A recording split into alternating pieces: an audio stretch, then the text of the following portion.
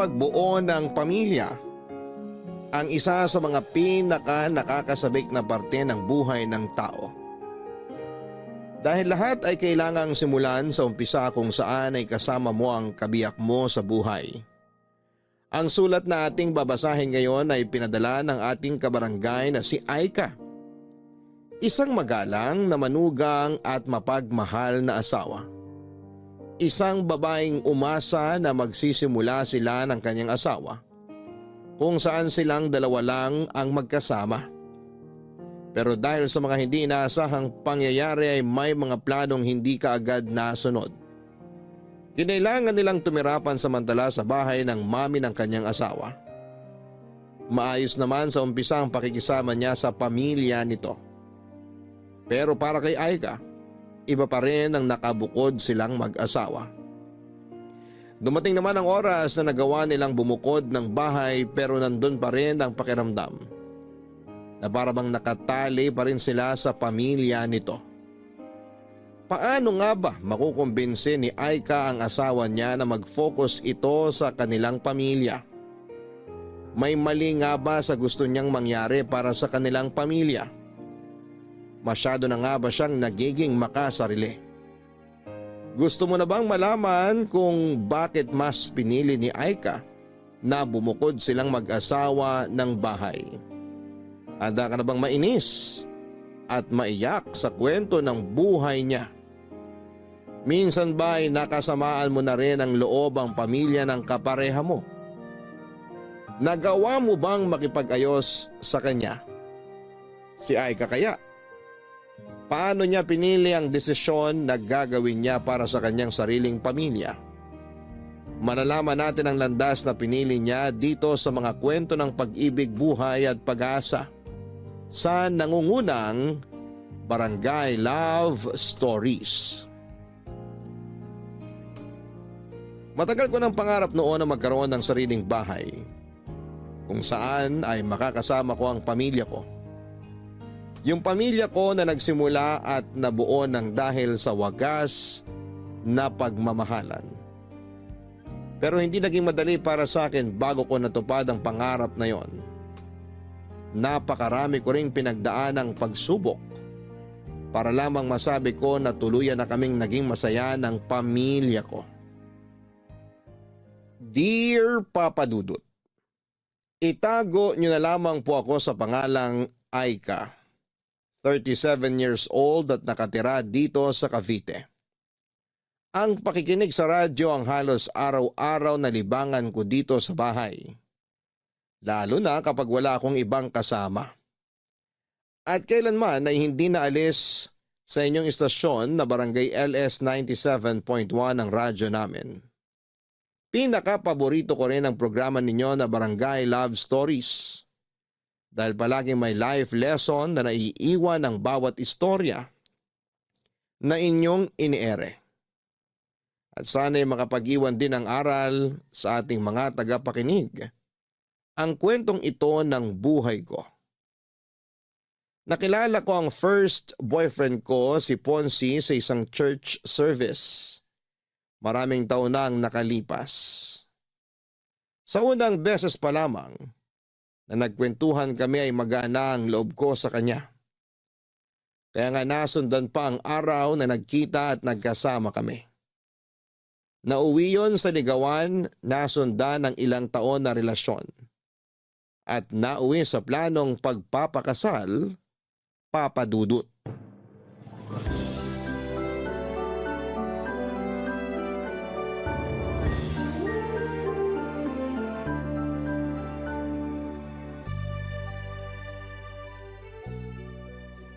Naayos mo na bang listahan para sa invitation card na ipapaprint natin, mahal? Oo, ayos na yun. Na-double check ko na rin kagabi yung listahan. Sige, isasabay ko na sa pag-send ng email mamaya dun sa supplier na nakuha natin.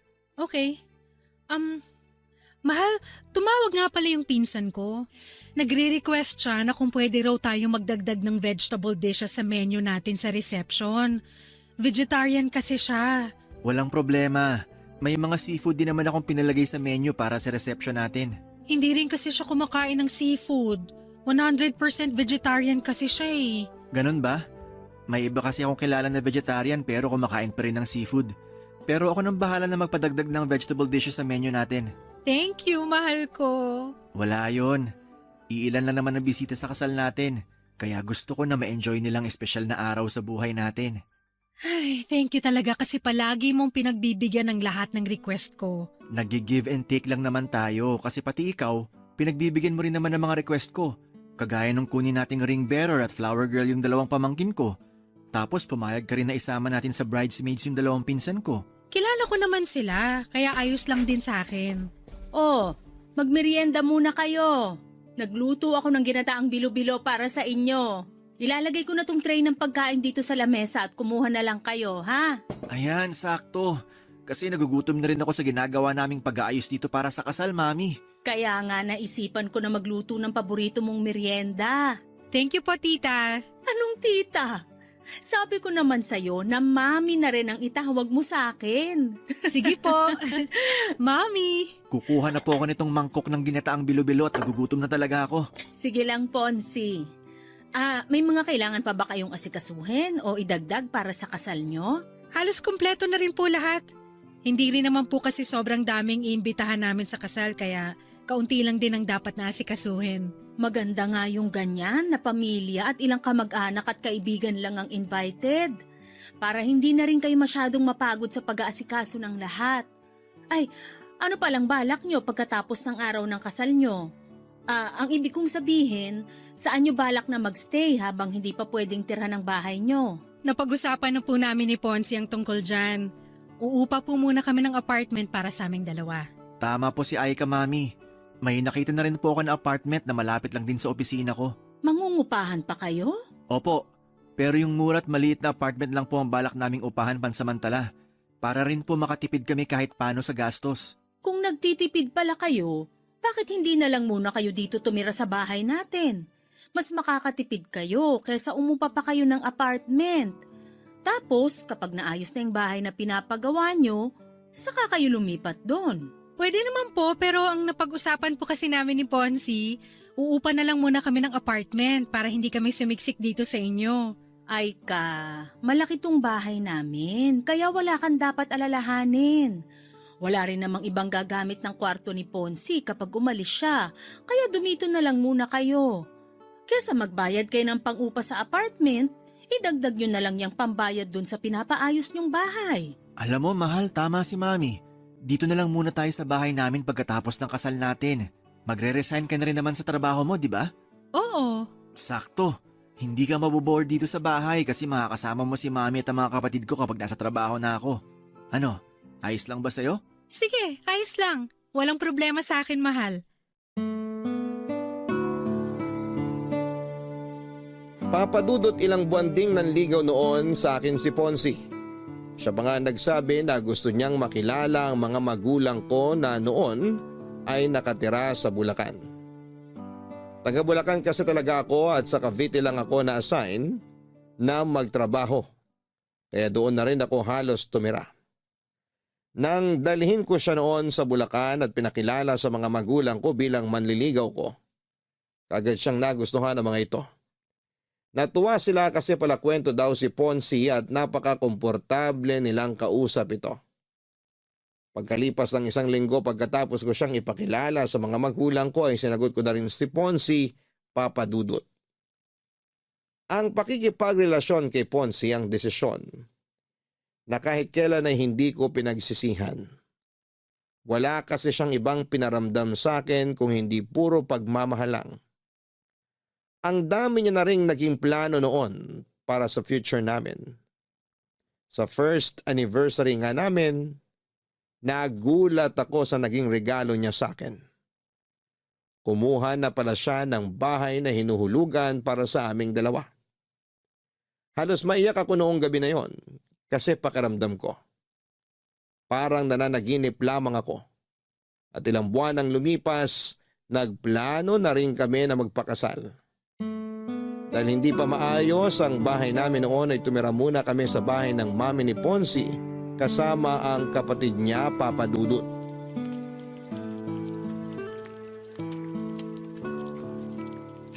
Ayan, Malapit nang maluto tong piniprito kong itlog. Ang bango naman ng niluluto ng asawa ko.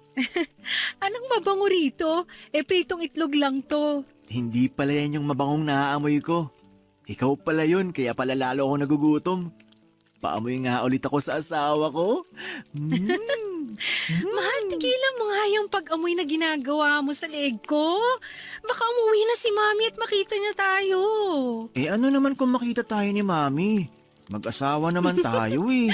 Mahal, nakakahiya pa rin. Tsaka amoy pawis na ako kasi ang dami kong niluto para sa almusal natin. Ang aga mo ngang nagising, mahal.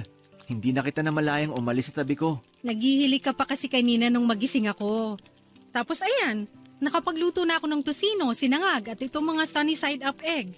Teka, ilalagay ko lang tong luto ng itlog sa plato. Napakasipag naman talaga ng mahal ko. Pero nahirapan ka bang makatulog dahil sa paghilig ko? Hindi ka naman malakas humilik, mahal. Huwag ka mag-alala.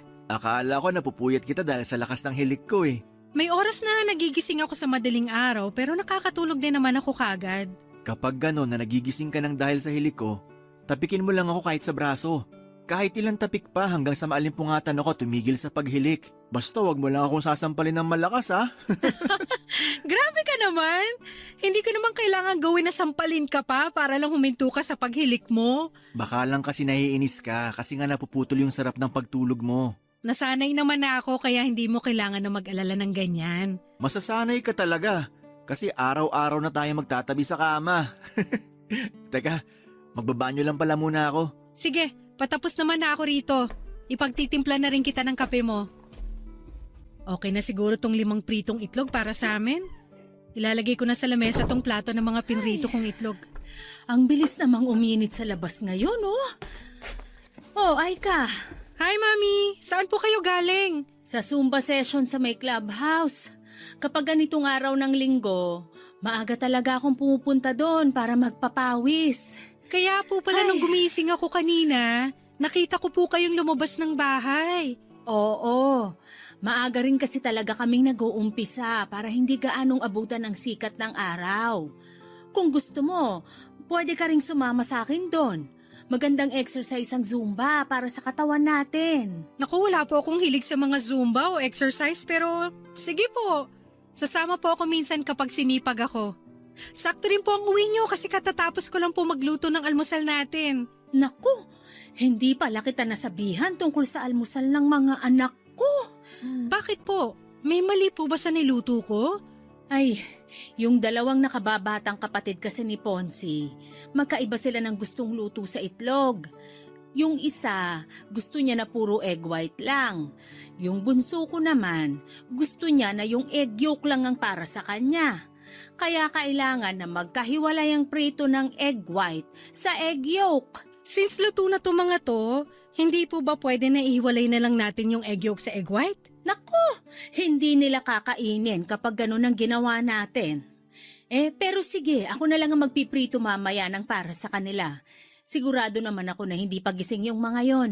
Kukuha lang ako ng pamalit kong damit para makaligo na rin muna ako.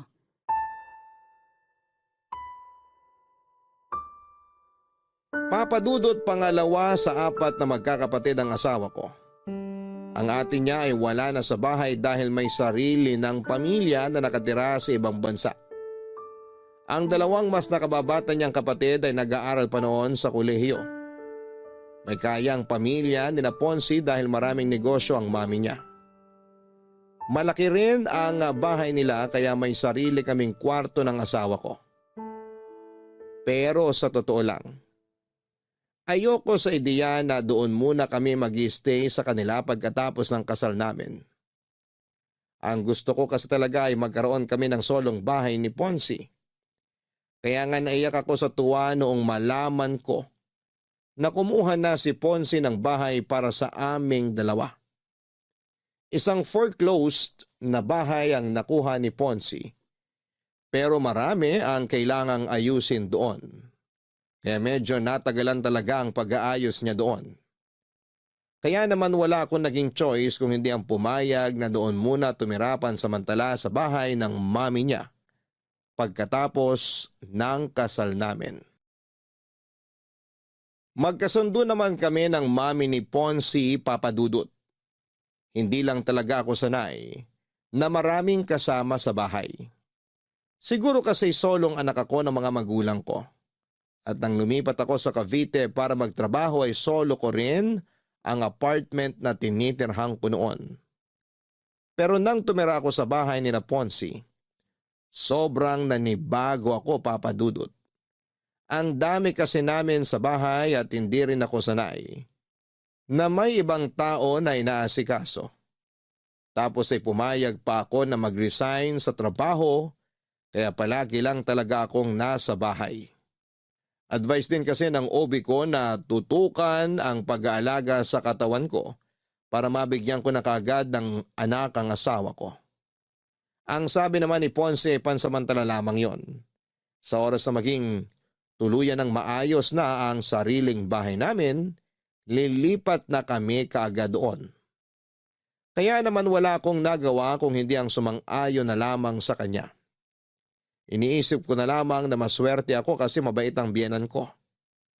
Hindi siya yung kagaya ng mga napapanood ko sa teleserye kung saan ay nagiging kontrabida ang mga biyenan. At ginagawa ko na lang ang lahat ng makakaya ko para pakisamahan lahat ng mga tao sa bahay ni na Ponzi, Papa Dudut.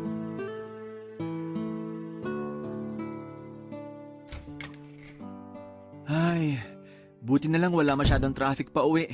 Mabuti naman at nakauwi ka na, mahal. Akala ko nga maiipit pa ako sa traffic kasi Friday ngayon. Oo nga, tapos araw din ng sweldo kaya ina-expect ko rin na mas late ka pang makakauwi. Gusto ko na nga matapos ang meeting namin kanina kasi inaantok na rin talaga ako. Nagugutom ka ba? Hindi. Sigurado ka? Pwede ko namang iinit yung dinner namin na tinola kanina. Busog pa ako. Kasi umorder din ng pizza yung manager namin kanina. Kaya may pagkain kami habang nagmi-meeting. Yun talagang dahilan kung bakit inantok ako. Kasi nabusog ako dun sa pizza.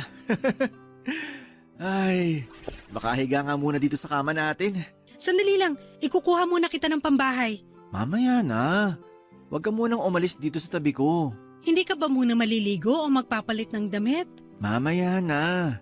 Payakap muna ako sa asawa ko. Ito, yayakapin kita ng sobrang higpit. Ay, ang sarap naman talaga ng yakap ng asawa ko. Nakakawala ng pagod. Gusto mo i-massage kita? Mamaya na lang, mahal. Mas gusto ko magpahinga dito sa mga yakap mo. Bakit nga pala gising ka ng ganitong oras? Pasado 11:00 na rin ah. Ang totoo, kanina ko pa rin gusto magpahinga pero hindi ako makatulog. Bakit? May masakit ba sa'yo? Masama ba pakiramdam mo? Walang masakit sa akin at ayos lang din ang pakiramdam ko. Ano lang, nasa kwarto kasi ngayon ng bunsong kapatid mo yung mga kaibigan niya. Mga kaklase niya yata yun. Ah, oo. Mga kaklase niya nga yun.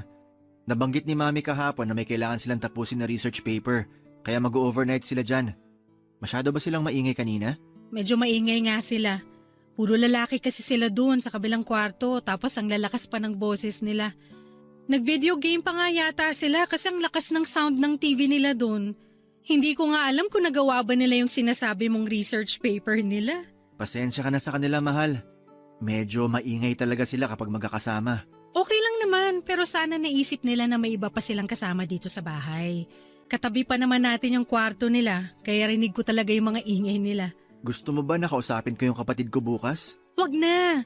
Hindi naman na kailangan kasi tumahimik naman na sila bago ka dumating. Tsaka hindi lang siguro ako sanay na may ganun kaingay sa gabi. Siguro nga, mahal. At kapag naulit pa yung pag-iingay nila ng 10 oras ng gabi, kakausapin ko na talaga siya. Pero wag mo siyang aawayan kasi baka magkaroon kayo ng issue ng dahil sa akin. Oo, hindi ko gagawin yan. Alam mo naman kung gaano ako kahinahon kapag may gusto akong ayusin na gusot sa ibang tao. Pwede rin naman nasanayin ko na lang muna ang sarili ko sa ingay nila. Minsan lang naman sila pumunta dito sa bahay, 'di ba? Kapag sem break nila, mas madalas sila dito sa bahay, mahal. Ganun ba? Sige, mukhang kailangan ko na rin talagang masanay sa ingay nila. Pasensya na talaga, mahal. Basta kapag naulit pa to, kakausapin ko ng kapatid ko para hindi nila maistorbo ang pagpapahinga mo. Papa Dudut, bukod sa naninibago ako, Dahil may mga ibang kasama kami sa bahay, nahirapan din akong makisama sa mga kapatid niya. Dahil mga estudyante pa sila ng panahon na yon. Nakakalimutan nilang may iba silang kasama sa bahay na hindi sanay sa ingay nila. Madalas akong napupuyat lalo na kapag nag-i-sleep over ang mga kaibigan ng kapatid niya sa bahay. Hindi ko nga alam kung paano nakakatulog kaagad si Ponzi kahit maingay sa bahay.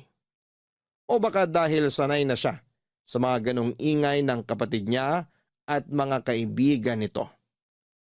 Bukod doon ay nagiging issue ko rin ang pagiging makalat ng mga ito sa bahay. Lalo na kapag wala pang biyanan ko. Ayoko kasi talaga na makalat sa lugar kung saan ako nakatira. Kaya mabilis na umiinit ang ulo ko kapag nakikita ko na wala sa tamang lalagyan ng mga sapatos o tsinelas na ginagamit nila. Pati na ang pagliligpit ng pinagkainan nila ay madalas na ako ang gumagawa. Kasi kung hindi ko gagawin yon ay tatambak lamang yon sa lababo hanggang sa hapunan. Pero tiniis ko na lamang ang lahat ng yon bilang pakikisama sa kanila. Hanggang sa dumating ang panahon na sa wakas ay nagdalang tao na rin ako, Papa Dudut. Ang sarap talaga nitong ginataang tulingan na luto nyo, Mami. Tama po si Ponzi. Isa po to sa pinakapaborito ko na niluluto nyo. Mabuti pa kayo, gusto nyo yung ginataang tulingan ko. Yung dalawang kapatid kasi ni Ponzi, nag-order pa ng pagkain para doon kainin sa mga kwarto nila. Hindi kasi talaga nila gusto kapag yan ang niluluto ko. Kaya po pala hindi sila sumabay sa atin na maghapunan. Nung nakita nila kaninang naglilinis ako nitong isdang tulingan, sinabi kaagad nila na o-order na lang sila ng pagkain nila. Ang sabi ko nga, ipagpiprito ko na lang sila ng manok pero ayaw din nila. Baka po may iba rin silang trip na kainin sa hapunan, Mami. Mukhang ganun na nga. Nakita ko na burger at fries ang in-order nilang pagkain. Mabubusog po ba sila sa mga in-order nila na pagkain? Ganun talaga ang dalawang yon, mahal. Kapag hindi nila trip ang ulam, matik na burger at fries ang i-order nilang pagkain. Sa kanilang magkakapatid, yung dalawang yun talagang pinakapihikan pagdating sa pagkain. Ayaw nila ng may gata o magulay na pagkain. Madalas ang gusto nila mga inihaw o piniritong karne ng manok at baboy. Di ba ganun din si Daddy? Nakwento niyo po dati? Oo, doon talaga sila sa daddy mo nagmana na hindi rin palakain talaga ng gulay. Buti na lang po mahilig sa gulay si Ponzi. Mabuti na lang at sa akin siya nagmana pagdating sa bagay na yon kahit na hindi ko siya kamuka. Ay, kamusta nga pala yung check-up mo kanina? Maayos naman po, Mami. Wala naman po nakitang problema ang ubigay ko sa pagbubuntis ko. Mabuti naman. Ilang buwan na nga uli yan? 5 months na po. 5 months pa lang pala yan. Pero parang masyado ka na yatang malaki, Aika. Po? Ano pong ibig niyong sabihin, Mami? Parang ang bilis mong tumaba. Mukha naman pong sakto lang ang laki ng katawan ni Aika, Mami. Normal din naman daw po ang weight niya, sabi ng doktora niya kanina. Nako, minsan hindi yun basta nakikita sa timbang. Magugulat na lang kayo sa next follow-up check-up niya. Kailangan ng bantayan ng mga pagkain ni Aika. Nung magbuntis kasi ako, hindi talaga ako lumobo ng sobra. Halos tiyan ko na nga lang ang lumaki sa akin nun. Nakita ko nga po yung ibang picture niyo nung pinagbubuntis niyo yung bunsong kapatid ni Ponzi. Grabe, ang payat niyo pong magbuntis talaga. Hindi kayo sobrang tumaba o kahit na manas man lang? Sexy talaga magbuntis si Mami. Lahat ng mga pregnant photos niya, parang hindi siya buntis kapag tinakpan ng tiyan niya. Mahilig din kasi kung mag-exercise kahit buntis ako. Kaya nga ikaw, Aika, sumama ka na sa akin minsan sa clubhouse kapag Sabado at Linggo ng umaga. May mga light Zumba session naman sila para sa mga buntis na kagaya mo. Pwede nga yun, mahal, no? Sabi naman ni doktora kanina, pwede ka ng mga light exercise. Makakatulong din daw yun para hindi ka mahirapang manganak. Ayun naman pala! May advice na rin sa'yo ang doktora mo kaya sumama ka na sa akin sa Sabado. Ipapakilala kita dun sa mga kumari at kaibigan ko. Sigurado ko na mag-i-enjoy ka rin kapag nasubukan mo ng isang beses. Wala po kasi talaga akong hilig sa ganyan. Subukan mo lang, mahal. Feeling ko mag-i-enjoy ka rin kapag nakasanayan mo na. Tingnan mo si Mami, mas mukhang bata kaysa sa edad niya. Nakakabata naman kasi talagang kahit na anong klase ng exercise. Kaya samahan mo na ako kahit minsan lang na magsumba, ay ka. Sige po, Mami. Sasamahan ko po kayo sa Sabado. Papadudot nung una talaga ay sinubukan ko rin na isuggest kay Ponce na kumuha muna kami ng pansamantalang apartment. Kasi ayoko talaga sa ideya na doon kami tumira sa kanila. Pero nang sabihin niya na malaki ang matitipid namin, kung doon muna kami sa biyenan ko ay wala na akong naisip na pwedeng idahilan para hindi sumang-ayon sa kanya. Tama naman kasi ang sinasabi niya na malaki ang matitipid namin.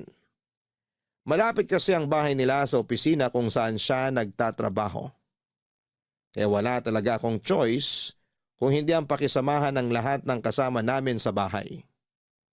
Kaya lang, mula nang magbuntis ako ay parang lalong kinailangan kong magdagdag ng mahabang pasensya sa bahay na yon. Naging madalas kasi ang pakikialam ng biyenang ko sa pagbubuntis ko. Pati na ang paglaki ng katawan ko ay pinupunan niya. Kahit pa ilang beses na naming sinabi na normal naman ang timbang ko. Samantalang ang mga magulang ko ay bihirang magbigay ng kahit na anong paalala na alam nilang pwedeng makaapekto sa damdamin ko. Bilang isang buntis, nagiging emosyonal talaga ang isang babae. Mabilis kaming mainis, masaktan o maiyak. Kaya naman ilang beses kong pinigilan na magpakita ng kahit na anong inis sa tuwing kaharap ko ang biyenang ko na may sinasabing hindi masyadong maganda, Papadudot. Papadudot, ang mami halos ni Ponce ang kasama ko sa ilang buwan ng pagbubuntis ko. Malayo kasi ang mga magulang ko kaya minsan lang silang makadalaw sa Cavite. Pero madalas naman silang tumatawag para kumustahin ako. Laking pasasalamat ko na lamang din at nagsilang ako ng napakalusog na baby. Nang makauwi kami sa bahay ni na Ponce, naging masikaso naman kahit papaano sa akin ang mami niya.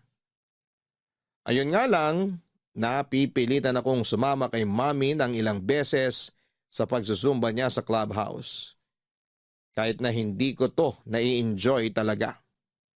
Kasama rin namin si baby na noon ay pinapasyal at pinapaarawan naming saglit. Hindi man ako kasing payat ni mami, hindi naman ako sobrang taba pagkatapos kong manganak noon. Pero palagi niyang pinapaalala na kailangan ko pa rin ng mga light exercise. Tapos may mga oras pa na naiistorbo ng ingay ng mga kapatid niya ang pagpapahinga ko dahil sa ingay kasama ng mga kaibigan nito. Mabuti na lang, mas malalim ang tulog ng baby ko kaya hindi ito kaagad nagigising.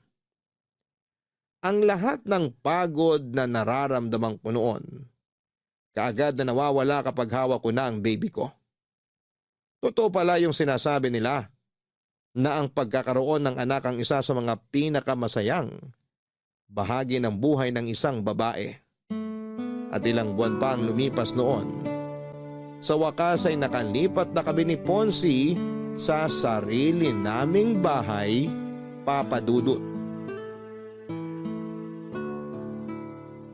Sa wakas, naiayos ko na rin tong sofa dito sa sala. Wala na kaming malaking gamit na naiwan sa labas ng bahay. Pwede na akong maupo at makapagpahinga muna dito. Ay, sumakit ang likod ko kakabuhat ng malalaking gamit namin ah. Mahal, ito na ang kape at banana bread. Magmerienda ka muna. Ilalagay ko na sa lamesa tong merienda natin ha, kumuha ka na lang. Sakto, mahal. Nagugutom na rin talaga ako. Ang ganda ng pagkakaayos mo ng mga gamit dito sa sala, mahal. Mabuti at nagustuhan mo ang pagkakaayos ko dito. Oo, sakto ang pwesto nitong sofa at yung lamesa dito sa sala. Pati na yung TV stand dyan sa harapan natin. Relaxing ang pwesto ng panonood natin habang nakaupo tayo dito sa sofa.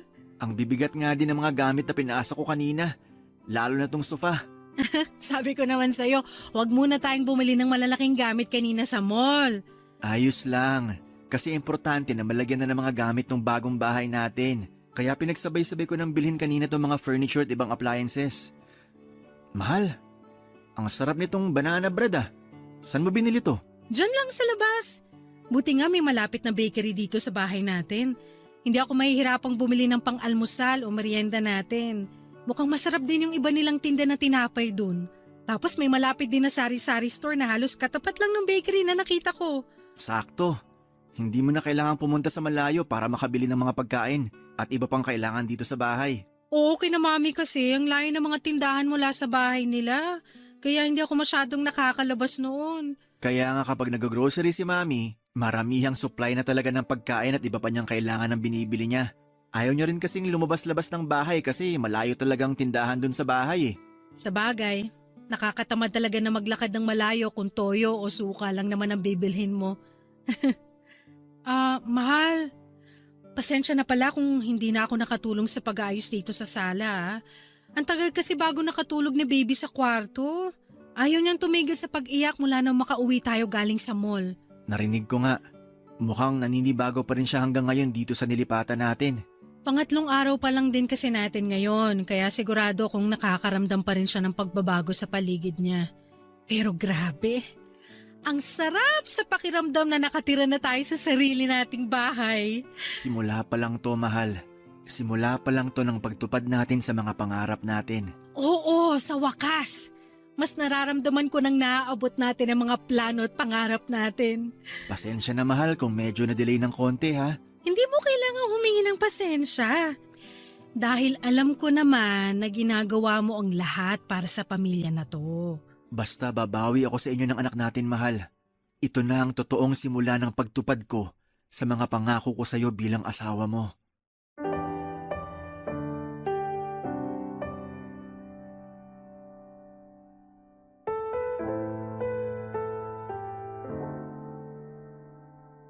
Papadudot pakiramdam ko noon ay natupad na ang isa sa matagal ko ng pangarap. Yung makalipat kami ng asawa ko sa sarili naming bahay kasama ang anak namin. Sobrang saya ko talaga at naging maasikaso ako sa mag-ama ko. Bungalow type of house nga pala ang nilipatan namin ni Ponzi. May 2 kwarto, maluwag na sala at kusina. Meron ding gate sa labas, garahe at garden kung saan talaga namang nagsimula akong mag-alaga ng maraming halaman. Maaga rin akong gumigising noon para mag-asikaso kay baby at sa almusal ng asawa ko. Bukod sa pag-aalaga sa anak namin at pag-aasikaso sa bahay, ay naging libangan ko rin talaga ang pag-aalaga ng mga halaman habang nakikinig sa iyo, Papa Dudut, sa radyo. Wala na akong mahihiling pa ng panahon na yon. At akala ko, magtutuloy-tuloy na ang kasiyahan namin na yon. Pero hindi pala. Dahil nagsimula ang pagtatalo namin ni Ponzi nang magdesisyon siyang ganapin ang first birthday ng baby namin sa bahay ng mami niya, Papa Dudut.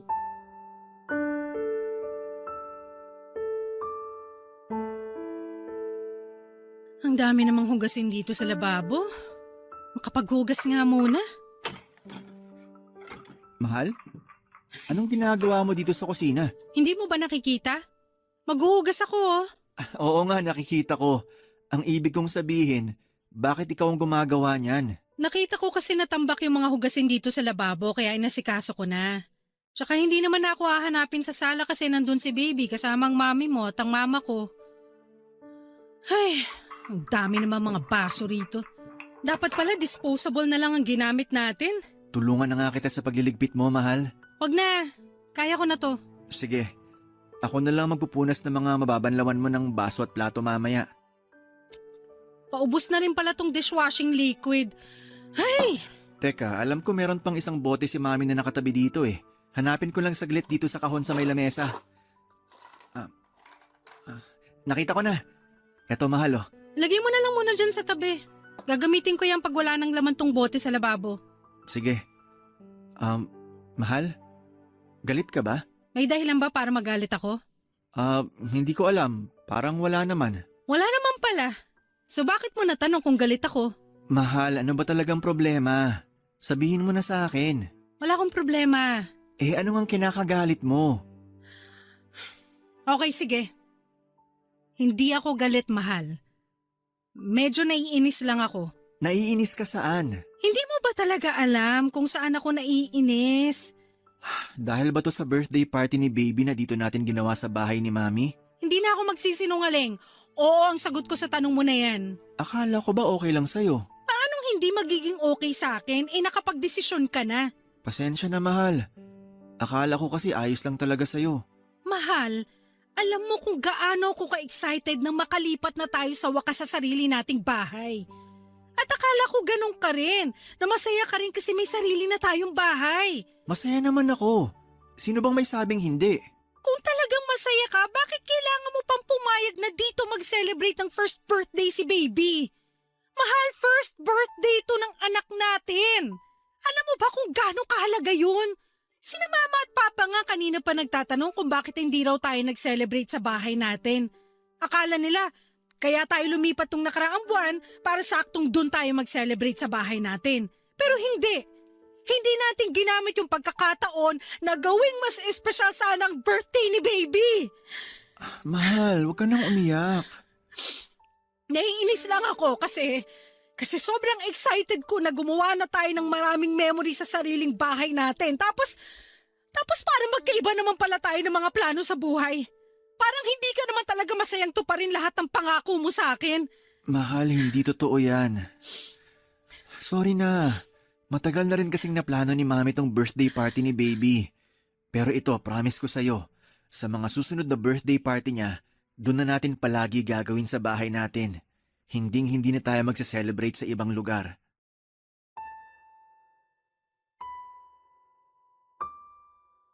Papadudot, bago pa man sumapit ang first birthday ng baby namin ni Ponzi ay marami na kagad akong naisip na plano noon. Gusto ko na gawing espesyal ang first birthday party ng baby namin. At syempre gusto ko na gawin yon sa bahay namin. Pero 2 linggo bago ang araw na yon, nag-dinner kami sa bahay ng biyenan ko. Nagulat ako nang alokin ni Mami si Ponzi na doon sa bahay niya ganapin ang first birthday party ni baby. Pero mas nagulat ako nang pumayag kaagad si Ponzi sa sinabing yon ng mami niya. Dahil ayoko na magkaroon kami ng isyo ng biyenan ko, sumang-ayon na lang din ako sa sinabi niya kahit sobrang labag sa loob ko. First birthday kasi yon ng baby namin at naniniwala ako na dapat doon yon ganapin sa sariling bahay namin.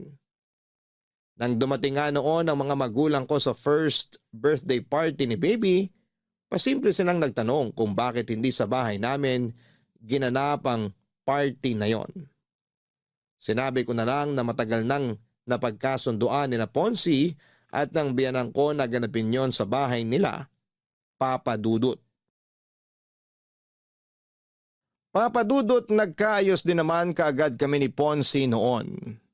Nangako kasi siya na sa mga susunod na birthday celebration ni baby ay doon na yon gaganapin sa bahay namin. Naintindihan niya naman daw ang point ko na gusto kong mas maramdaman ang pagsisimula namin bilang isang pamilya. At hindi namin magagawa yon kung halos araw-araw kong dumalaw sina Mami sa bahay namin. Mabuti na lamang at nabawasan na ang oras ng pagbisita niya nang minsang magkasakit ang bunsong kapatid ni Ponzi na kinailangan nitong asikasuhin. Napapansin ko na rin noon na may mali sa asawa ko. Siguro maliit na issue lamang yon pero napapadalas na ang pagtatalo naming dalawa. Ayoko pang aminin noon pero napapansin ko nang may pagkamamas boy si Ponzi. Hirap na hirap siyang tanggihan ang mga request ng mami niya. Hindi naman sa nilalayo ko siya sa pamilya niya. Pero meron na kasi kaming sariling pamilya. Pamilya na dapat ay mas tutukan niya, Papa Dudut. Mukhang mas okay na tong pagkakaayos ko sa Christmas tree namin. Mas naging makulay na siya dahil sa mga dinagdag ko na decoration. Sa wakas natapos din ako maglinis ng kotse sa garahe. Mahal, tignan mo tong Christmas tree natin. May napansin ka ba? Parang naging mas makulay siya. Dinagdagan ko kasi yan ng mga decoration. Naglagay ako ng gold ribbon dito sa may bandang ibaba. Silver snowflakes dito sa gitna. At mga red flashball dito sa bandang itaas. Yung unang pagkakaayos ko nito, puro flashball at maliliit na bell lang ang nakasabit eh.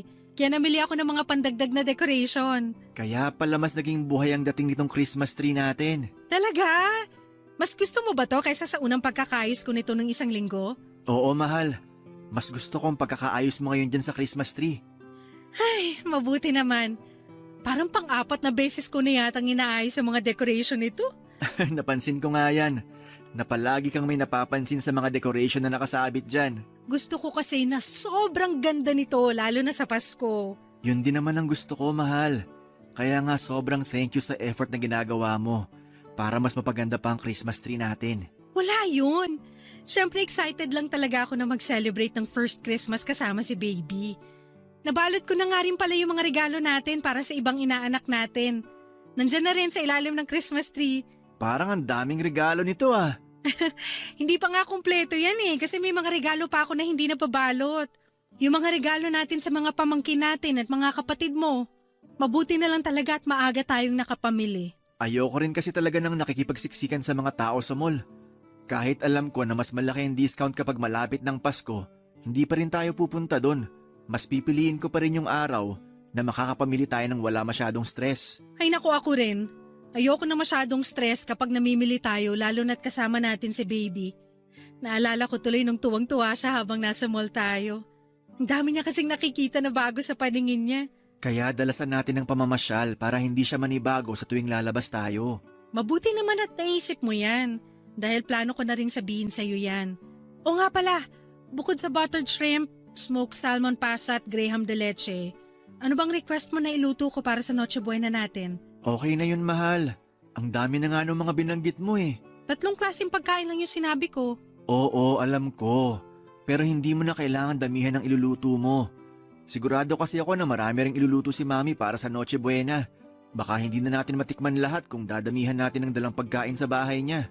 Teka, tama ba ang pagkakaintindi ko sa sinabi mo, mahal? Doon tayo magno-Noche Buena sa bahay ni Mami? Oo, mahal. Hindi ko na kasi natanggihan si Mami nang mag-request siya sa akin. Alam ko na dapat first Christmas natin to ngayon dito sa bahay natin. Pero pagbigyan na natin si Mami kasi dito naman natin sa bahay sasalubungin ng bagong taon.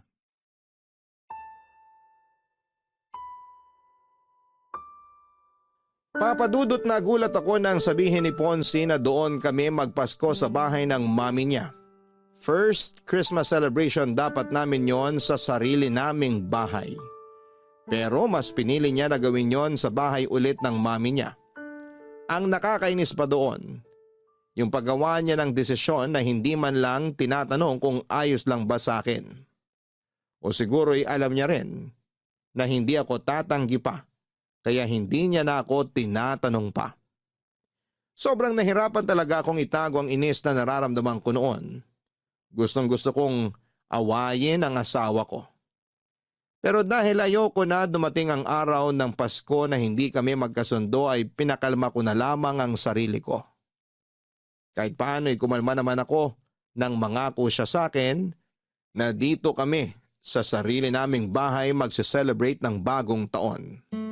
Tinupad naman ni Ponce ang pangako niya na yon sa akin pero ang hindi ko inaasahan noon.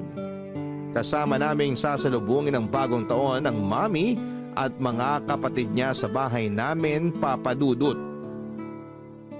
Salamat sa pag-aasikaso niyo sa amin ng mga kapatid ni Ponce, Aika. Walang anuman po, Mami.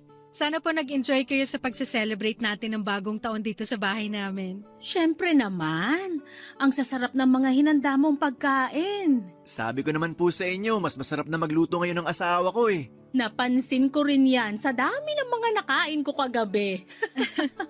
Masarap din po yung mga dala niyong pagkain. Ang dami pa nga pong natira dito sa amin. Ayaw niyo po ba talagang dagdagan yung pagkain na iuuwi niyo sa bahay niyo? Oo nga po, Mami. Ang dami pa pong pagkain na natira dito sa amin. Ayos na yung mga binalot ko kanina at nilagay sa kotse. Alam nyo namang napakaselan ng 2 kapatid mo. Kapag alam nilang nakailang init na yung pagkain, nawawala na sila ng gana. Grabe, ang seselan nga po talaga ng mga yan sa pagkain.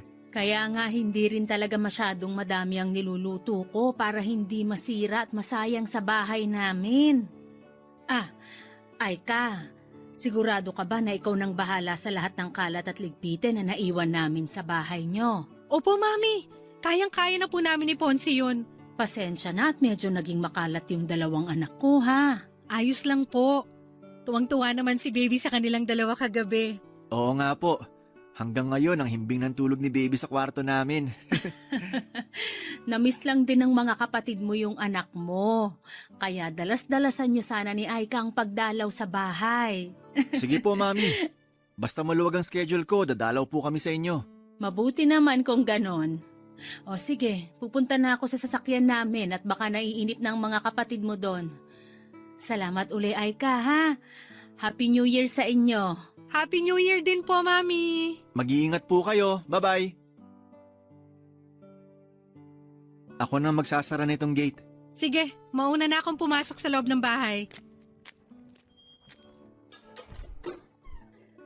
Unahin ko munang linisin itong mga nagkalat na unan at kumot dito sa sala. Mahal, ako na lang magliligpit ng mga pinagkainan natin sa lababo. Ikaw ang bahala. O gusto mo, unahin ko munang ayusin ang mga kalat sa garden. Ang sabi ko, ikaw na ang bahala, di ba? Hindi mo naman kailangan magtaas ng boses, mahal. Tanong ka pa kasi ng tanong. Pwede naman gawin na lang kung anong gusto mong unahin. Kasi yun naman lagi ang ginagawa mo, di ba? Wala ka naman talagang pakialam sa opinion ko o kahit ano pang sabihin ko. Mahal, alam mong hindi totoo yan. Mag-asawa tayo, Kaya bigla ka na lang gumagawa ng desisyon. At hindi mo man lang tinatanong kung okay lang ba talaga sa akin. Tungkol ba to sa pagse-celebrate natin ng bagong taon kasama sina Mami? Oo. Ay ka, tinanong naman kita tungkol doon at ang sabi mo, ayos lang nakasama natin sila na salubungin ng bagong taon. Ponsi, tinanong mo yan sa akin nung nandyan na sa labas sina Mami.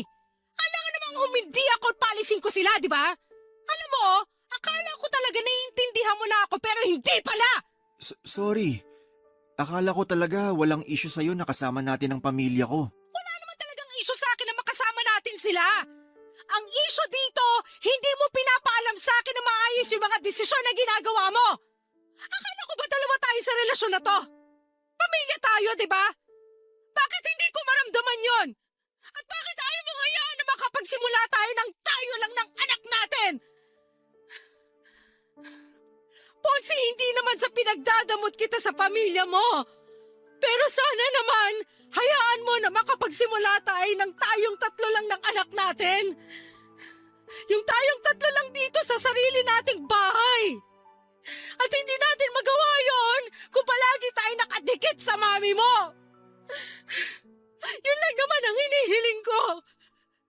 At sana maintindihan mo kung bakit hinihiling ko to sa'yo. Papadudot bago dumating ang mami at mga kapatid ni Ponsi ay nakapagluto na ako ng handa para sa amin. Simple lang ang mga niluto ko kasi tatlo lang naman kami noon sa bahay. Yun pala ay mali ang inaasahan ko na mangyayari sa pagsalubong namin ng bagong taon. Nagulat na lamang ako ng bandang 8:00 ng gabi noon ay dumating ang biyenan at mga bayaw ko. Ang dami nilang dalang pagkain at doon pa lang, alam ko na kaagad ang plano nilang gawin. Nang makita ni Ponsi ang pagtataka sa mukha ko'y ngumiti lang siya at sinabi niya sa akin na tumawag raw sina Mami para sabihin na on the way na ang mga ito papunta sa bahay namin.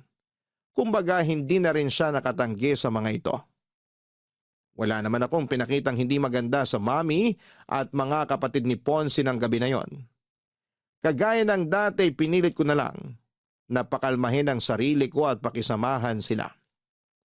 Pinilit kong gawing natural ang ngiti sa mga labi ko at ang tono ng boses ko sa tuwing kausap ko sila.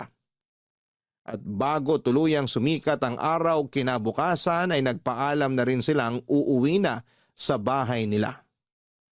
Hanggang sa mga oras na yon, pinapakalma ko pa rin ang sarili ko. Kasi ayoko magkaroon kami ng issue ng manugang at mga bayaw ko. Mukha namang nag-enjoy sila noon sa bahay at hindi nila naramdaman na may inis na akong pinipigilan noon. Hindi naman sa nagiging unfair ako kasi parang nilalayo ko na si Ponzi sa pamilya niya. Pero gusto ko lang talaga papadudot na maintindihan ni Ponzi kung paano kami dapat na magsimula. Na hindi kami pwedeng laging nakadikit sa pamilya niya. Na dapat sinasali niya ako sa paggawa ng mga desisyon na makakaapekto sa akin at sa anak namin. Masasabi ko na yon ang pinakamalalang naging pagtatalo namin noon. Kasi pakiramdam ko, hindi niya pa rin ako sinasama sa bawat desisyon na ginagawa niya. Pagkatapos ng araw na yon ay sinuyo ako ni Ponce at humingi siya ng sorry sa akin, Papa Dudut. Inamin niyang naging pagkakamali niya sa relasyon namin. At nangako siya na mas magiging responsable siya bilang asawa ko at daddy ng anak namin. Masasabi ko naman na tinupad niya yon dahil pagkatapos ng araw na yon ay nagagawa na niyang tanggihan ang mga request ng mami niya na pumunta kami sa kanila. O kapag gusto nitong pumunta sa bahay namin. Gumagawa ng dahilan ng asawa ko para hindi yon matuloy. Hindi naman namin sila iniiwasan sa lahat ng oras. May mga araw rin na pinagbibigyan namin sila. Pinaparamdam lang namin na mas gusto naming simulan ang pamilya namin nang hindi kami umaasa sa ibang tao.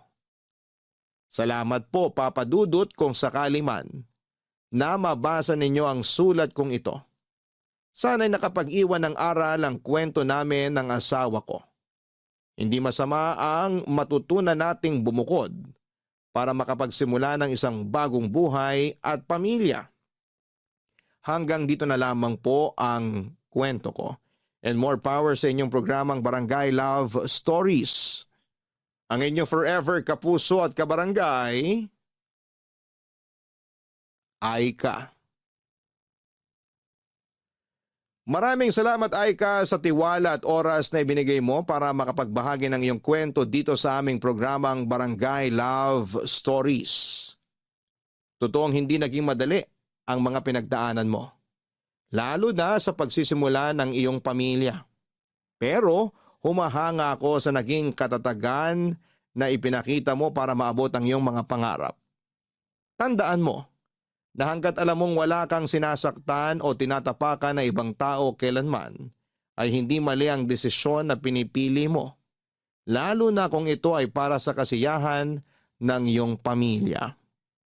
Hanggang sa muli, ako po ang inyong si Papa Dudut sa mga kwento ng pag-ibig, buhay at pag-asa sa Barangay Love Stories number 1.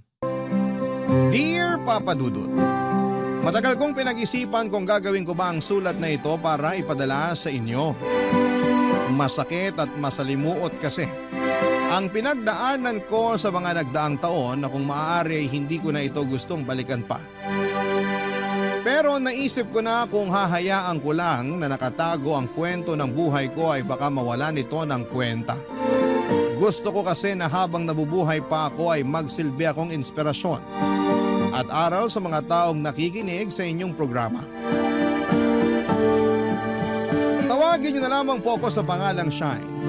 40 years old na ako sa ngayon.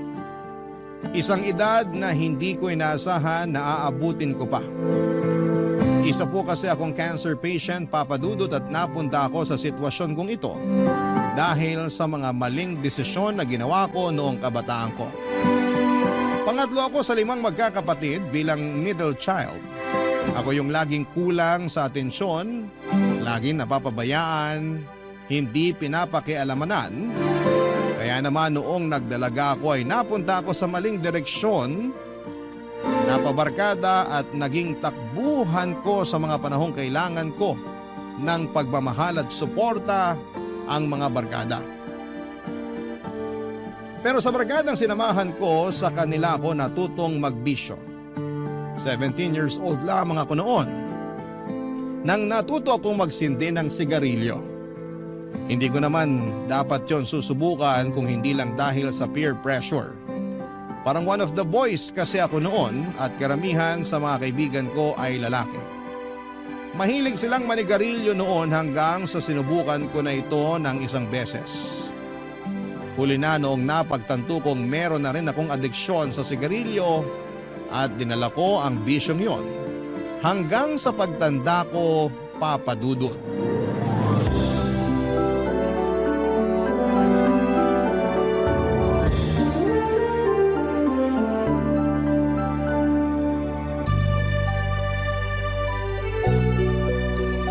Ma! Mama! Kain na po tayo! Punta na kayo rito sa kusina! Nak, ang bango naman ang niluluto mo. Ano yan? Ano pa nga ba? Eh di paborito niyo po. Wow, tinolang manok na pagkarami-raming sayote. Opo, ma. Ay, teka. Ipaghihila ko po kayo ng upuan. Ayan. Upo na po kayo, ma. Salamat, Nak. Ikaw din umupo ka na para makakain na tayo. Mukha pa namang masarap tong niluto mo, oh. Hindi lang po yan mukhang masarap. Kasi masarap talaga yan. Niluto ko po yan ng may pagmamahal. O sige, sabi mo eh. Huhusgahan ko.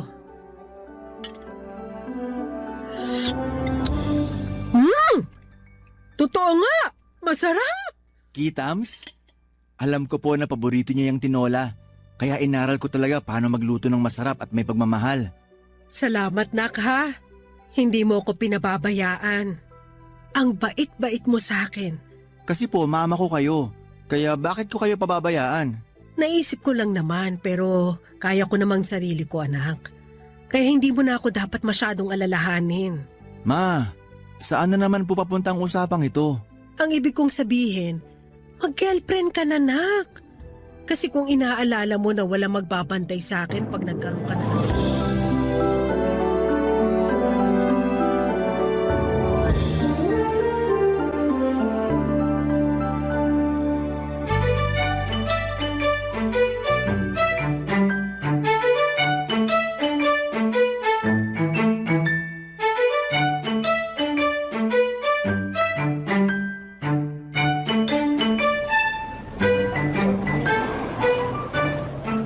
Tagal naman na magsusundo sa atin.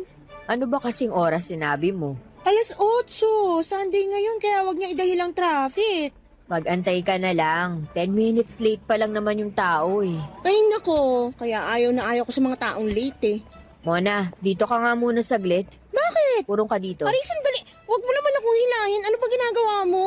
Gagamitin ko yung likod mo. Ang lakas ng hangin eh. Hindi ako makapagsindi. Ayan, sigarilyo na naman. Kakasindi mo lang kanina. Hayaan mo na. Tagal nung sasakyan natin eh. Wala akong magawa. Eto, Candy, para may ginagawa yung bunganga mo. Uy, salamat. Sakto, hindi menthol tong nabili kong Yossi kanina. Binigay ko yan para may pagkaabalhan yung bibig mo. Hindi para ipareha mo sa Yossi. Ikaw talaga. Kaya ka nasasabihan bad breath eh. Kasi laging usok bunganga mo. Excuse me, hindi ako bad breath no. Mabango bunga nga ako kahit araw-araw ako naninigarilyo. Kahit amuin mo pa. Ew, yuck! Ang baho nga! Oo eh. Tingnan mo, pati boses mo nagbabago na dahil sa kakayosi. Dahil to sa ubo ko, hindi sa Yossi. Lahat na lang, Yossi may kasalanan. Hindi talaga yun dahil sa ubo, dahil yan sa kakayosi mo. Ano namang kinalaman ng Yossi sa boses ko, Aber? Mababa na boses mo, tsaka tunog gas-gas na kasi nga, dahil yan sa mga kemikal na hinihipak mo. Isang kahaba naman kasi ng sigarilyong nauubos mo araw-araw. Malamang magbabago talaga boses mo. Doktor ka? Paano mo naman nalaman yan? Huy, common sense lang yan. Mabuti nga sana kung vocal cords mo lang yung apektado, paano yung lungs mo? Huwag kang mag-alala, matibay tong baga ko. Sabihin mo sa akin yan ha, after 10 years kapag maayos pang paghinga mo. Parehong-pareho talaga kayo ng nanay ko. Ang dami niyong pagkakatulad. Tulad naman ng ano. Pareho kayong nagger. Lahat na lang napapansin, lahat pinagbabawal. Concern lang naman kasi kami sa kapakanan mo. Matanda na ako. Alam ko kung ano ang tama at mali. Alam ko rin kung ano ang bawal at hindi. Sure ka ba? Kasi mukhang hindi naman eh. Alam mong masama sa kalusugan yung paninigarilyo eh. Pero sige ka pa rin. 13 years na ako nagyoyosi. Mukha ba akong mamamatay na? Tingnan mo nga, mas malakas pa ako sa kalabaw. Nakakatakbo pa nga ako eh. Gusto mo, lakarin na lang natin yung pupuntahan natin? Tingnan natin kung sinong masihingalin sa ating dalawa, ano? Bahala ka dyan. Mamamatay na lang talaga ako dahil sa kakayosi mo eh. Uy mo talaga. Totoo naman.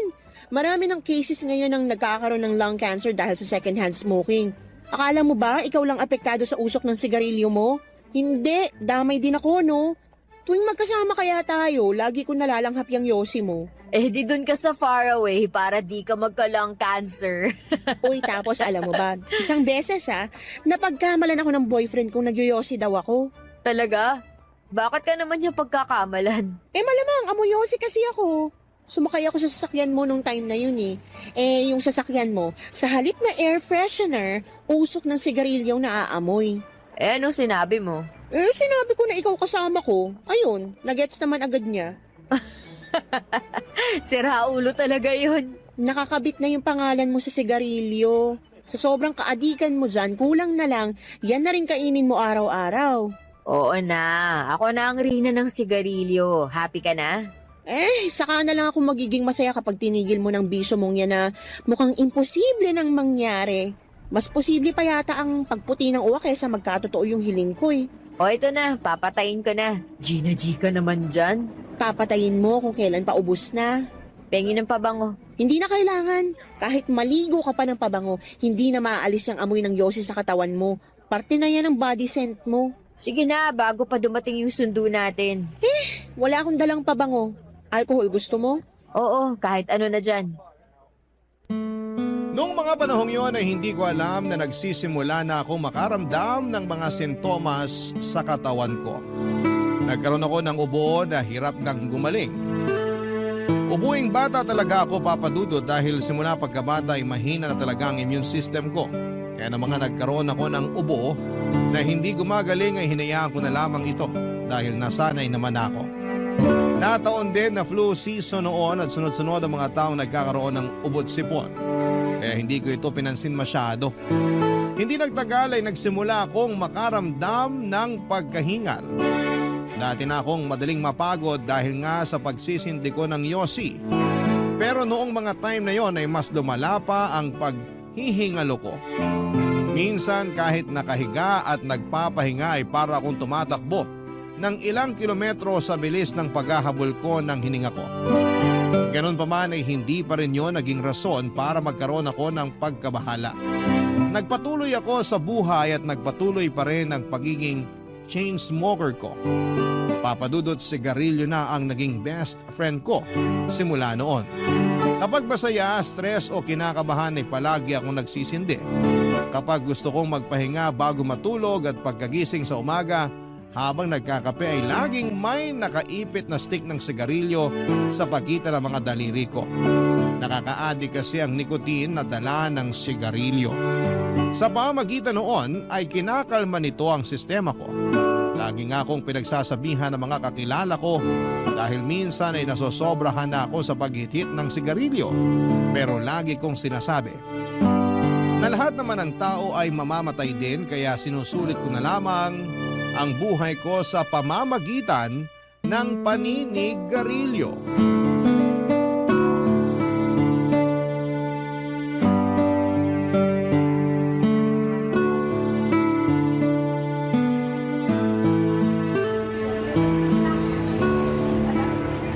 Tapos mo na ba yan? Kung ayaw mo na, ako na uubos sa ulam mo. Tapos na. Kainin mo na, sayang. Okay, salamat. Hanggang ngayon, inuubo ka pa rin? Taglamig eh. Alam mo namang sakitin ako kapag ganitong malamig ang panahon. Matagal na yan Hindi ka pa ba nagpapacheck up? Ano namang ipapacheck up ko? Yang ubo mo malamang. Sus, ubo lang to. Gagastos ako para sa ubo lang. Bahala ka. Mamaya mauwi yan sa pneumonia. Kahit kailan talaga, napaka-overthinker mo. Masyado kang advance mag-isip. Baka mabukulan lang ako. Iisipin mo na agad, cancer. Mas maganda na yung mag-overthink kesa maging pabayaan, no? At least kapag planning ka, malalaman agad kung may sakit ka o wala. Kung wala, di very good. Paano kung meron? Wala akong sakit. Ubo lang to. Sus, the whole year inuubo ka? Chill ka lang. Masyado ka namang concerned sa akin eh. Pabot nga ng tubig.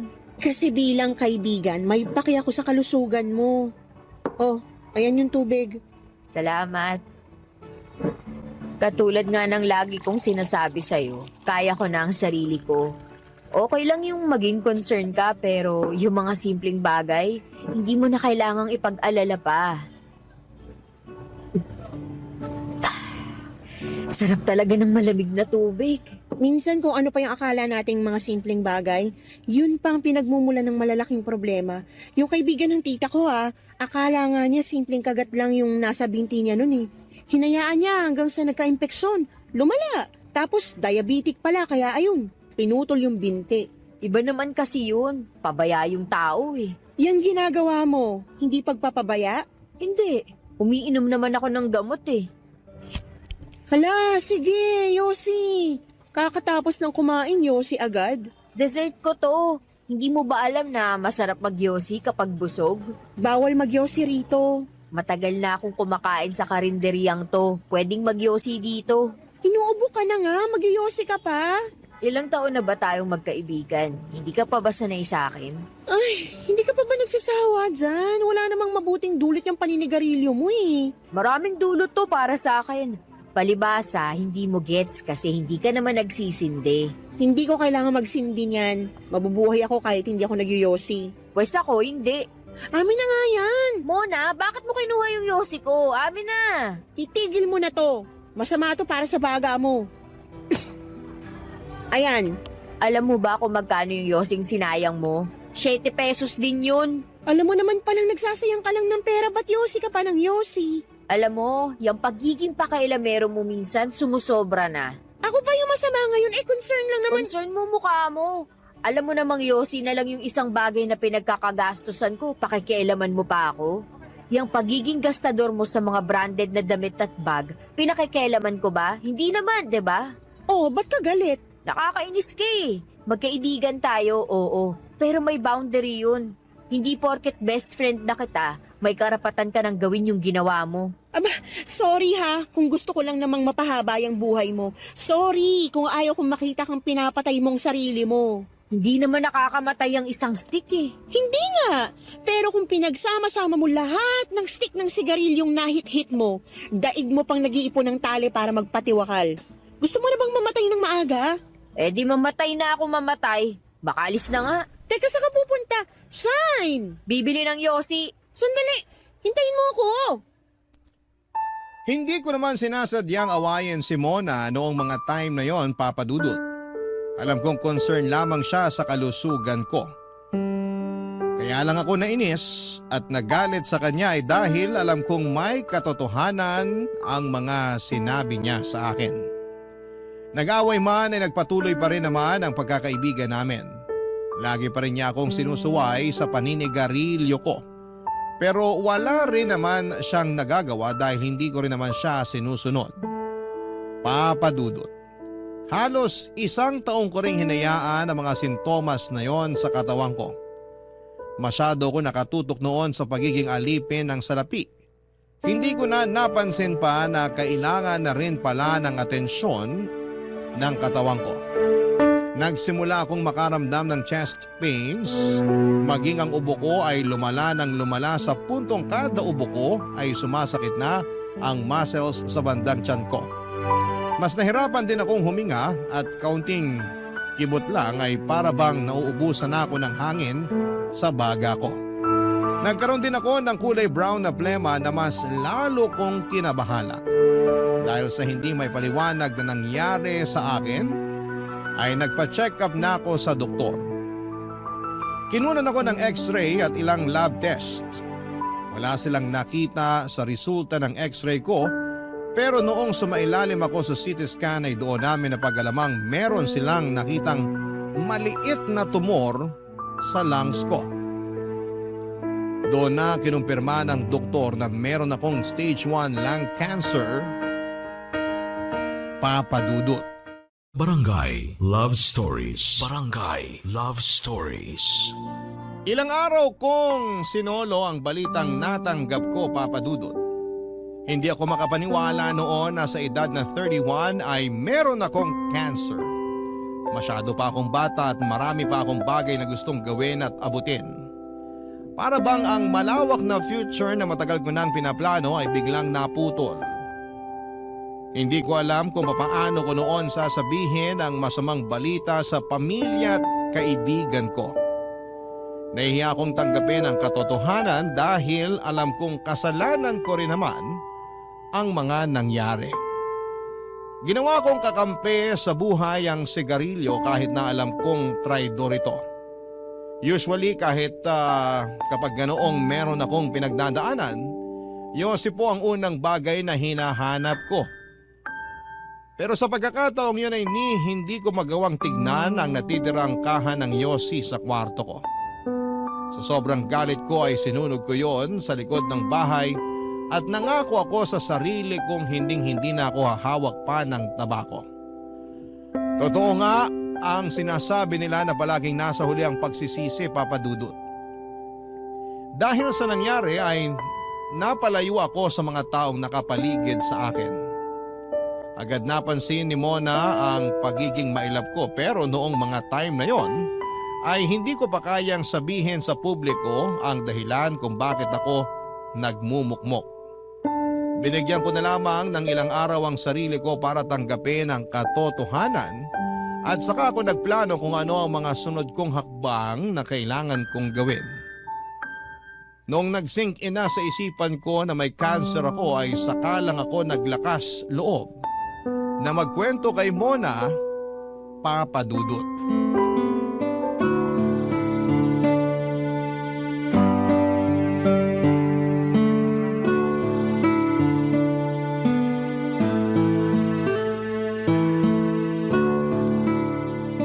Ito, Juice. Magmerienda ka muna. Salamat. Anong meron? Ba't bigla ka namang nakaalalang bumisita rito sa bahay? Wala, namiss lang kita. Asus, uutang ka no? Hindi ako uutang. Gusto lang talaga kitang makita. Kakalabas lang natin last weekend, miss mo na ako agad. Oo, sobra. Hoy, ikaw ba talaga si Shine? Ngayon lang kita nakitang naging ganito ah. Anong meron? Kabilugan ba ng buwan ngayon? Bakit bigla-bigla ka na lang nagiging sentimental? Sa tagal ng pagsasama natin, never mo pang inadmit sa akin na namimiss mo ko. Anong meron? Yung totoo.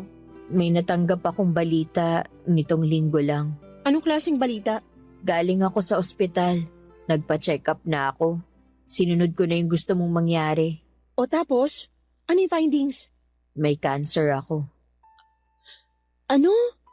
Cancer? Anong klaseng cancer? Walaan mo kung ano. Huwag mong sabihin lung cancer.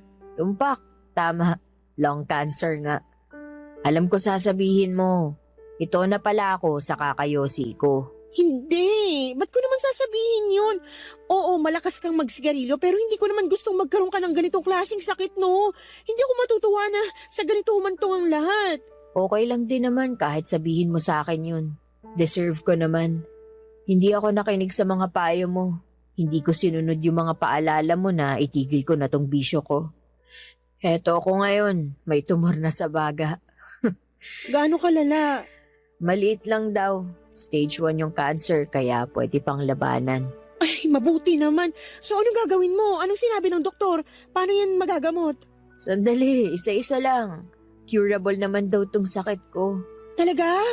Oo, ang sabi ng doktor ko, pwede ako magpakimo para lumiit yung tumor pero mas maganda raw na operahan na lang agad para mawala na totally yung bukol. So, magpapa-opera ka? Kung gusto ko pang mabuhay, oo, magpapa-opera ako. May schedule na ba? Kailan ka magpapa-opera? Wala pang date eh. May ilang tests pang chinecheck yung doktor ko. Pero sabi niya, as soon as possible daw.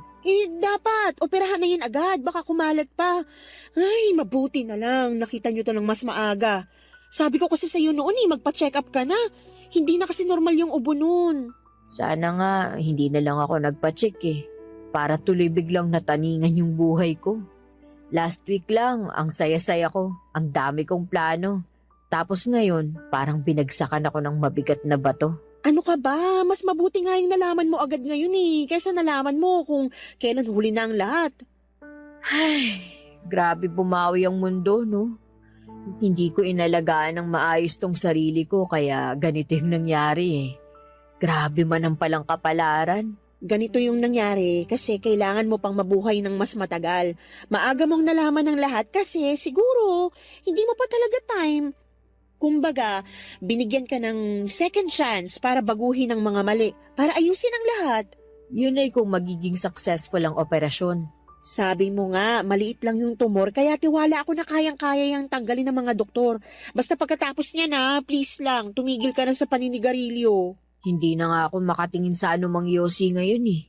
Kapag nakakakita ko ng naninigarilyo, naninikip yung dibdib ko. Parang gusto kong sugurin yung tao para pigilan, pagsabihan na kung ayaw niyang matulad sa akin, itigil na niya ang paghit-hit. Eh, ba't hindi mo ginawa? Okay ka lang? Mamaya, bugbugin pa ako. Sabihan pa akong baliw. Alam mo naman kung gaano katigas ang ulo ng mga mahilig magbisyo eh. Ako na nga lang, hindi mo naman napigilan. Kailangan talaga yung madadala ka, no? Nakakalungkot lang na kailangan pang umabot ang lahat sa ganito para lang magbago ka. Kaya nga eh, mas matigas pa kasi sa bato tong ulo ko. Pero alam kong kaya mo tong labanan. Matapang ka eh. Araw-araw kitang ipagpapadalangin. Salamat. Mas pinili ko ang magpa-opera, Papa Dudut, para masiguradong tuluyan ng maaalis ang cancer sa katawan ko. Sa awa ng Diyos ay naging successful naman ang operasyon ko. Mabuti na lamang daw at maaga nilang na-diagnose ang sakit ko. Kung hindi, baka mas lumaki pa at may chance na kumalat pa ang tumor sa baga ko. Pagkatapos ng surgery ay ilang buwan din akong nagpagaling, Papa Dudut. Si Mona ang naging katuwang ko sa pagpapagaling at hindi niya ako pinabayaan sa healing journey ko. Nung makabalik ako sa dati ay doon ko lang sinimulan ang magbagong lifestyle, Papa Dudut. Nagsilbing eye-opener para sa akin ang mga nangyari. Para bang tinapik ako ng Panginoon at sinabihang kailangan ko nang baguhin ang pamumuhay ko kaya iyon ang ginawa ko. Naging mapili ako sa pagkain, umiwas na ako sa mga matatamis, mamantika, matataba at mga processed na pagkain. Tubig at fresh juice na lamang din ang iniinom ko. Paminsan-minsan ay nagkakape ako pero sinusubukan ko na rin itong iwasan. Prutas at gulay ang mga pangunahing pagkain na pinagtutuunan ko ng pansin. Inalis ko na rin lahat ng bisyo sa sistema ko. Pati ang pagpupuyat ay hindi ko na rin ginawa pa. Sobrang natakot ako noon para sa buhay ko kaya lahat ng bagay na hindi ko noon binibigyang pansin ay pinahalagahan ko na noon. Mahirap i-take for granted ang buhay. Ang nakakalungkot ay saka mo na lang ito mapagtatanto kapag nasa bingit ka na ng kamatayan. Kaya naman sa panibagong buhay na ipinagkaloob sa akin ay pinahalagahan ko na ang pagkakataong yon, Papa Dudut.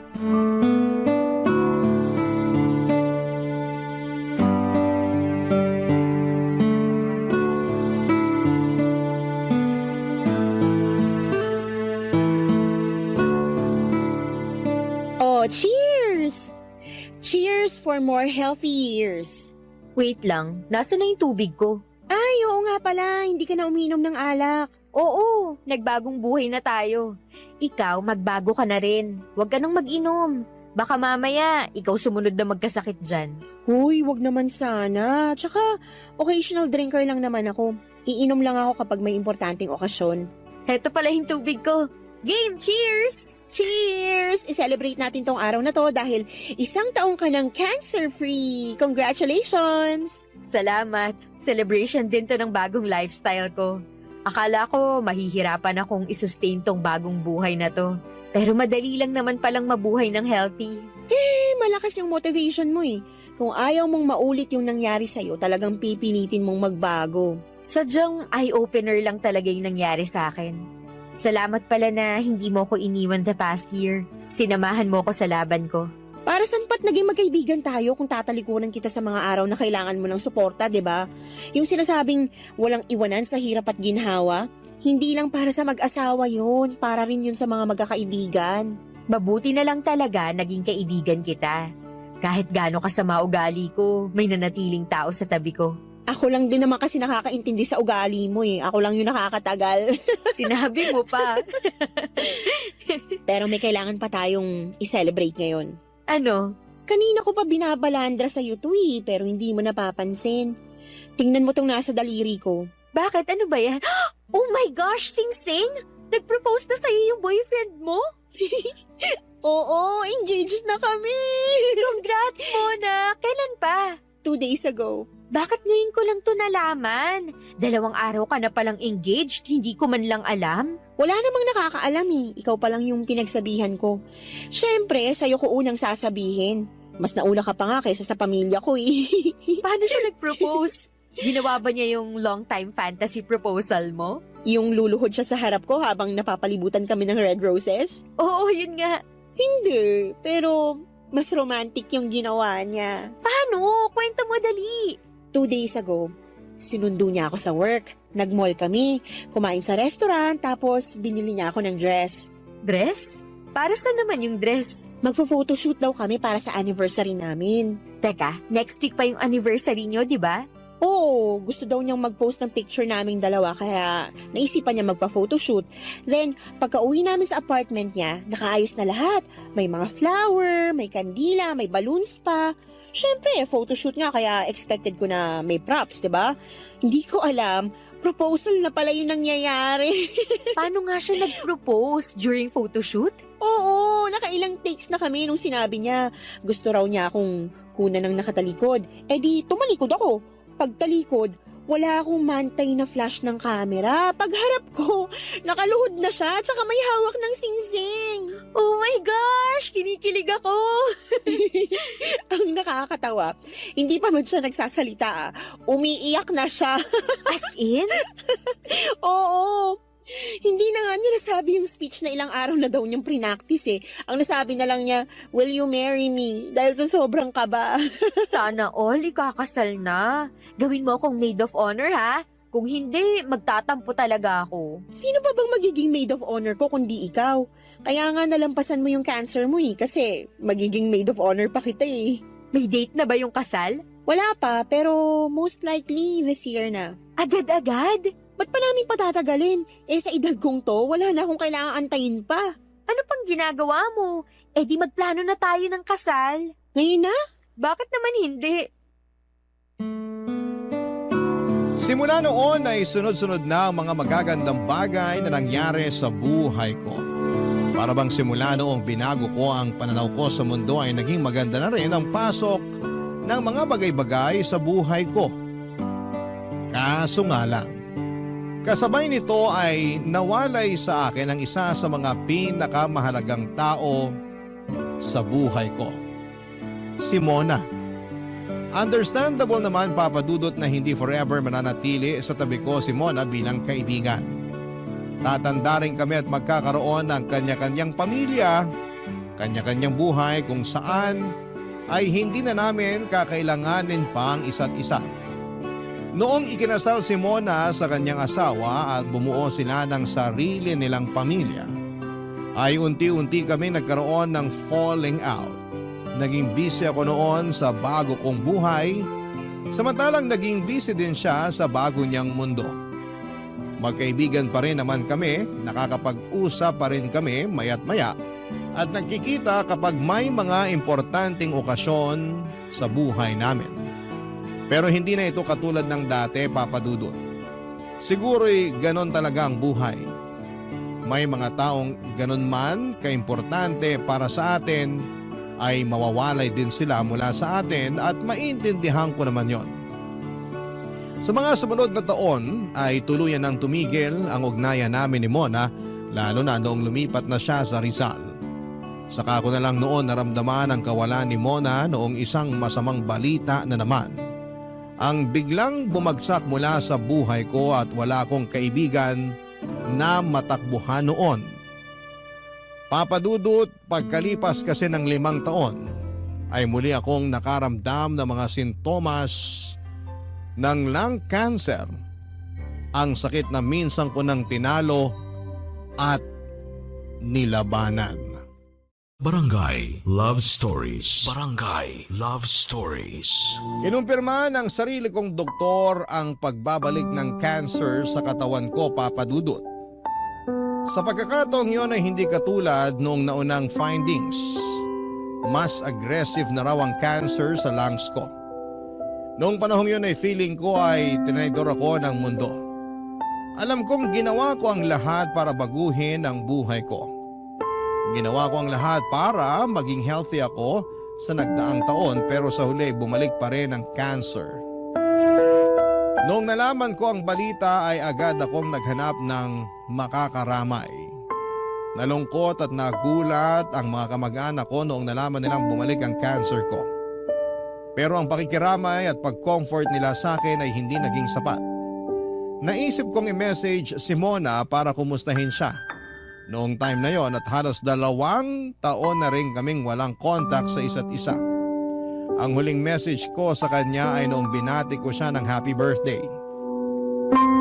Ilang araw bago ako nakatanggap ng reply mula kay Mona at noong nalaman niyang may dala akong masamang balita, pinagalitan niya ako. Dahil hinala niya ay bumalik na naman ako sa paninigarilyo. Pero nung sinabi ko na never ako nagyosi simula noong nagka-cancer ako, ay sa kanya ako inimbita sa bahay nila. Matagal na panahon na akong hindi nakakadalaw sa bahay nila Mona.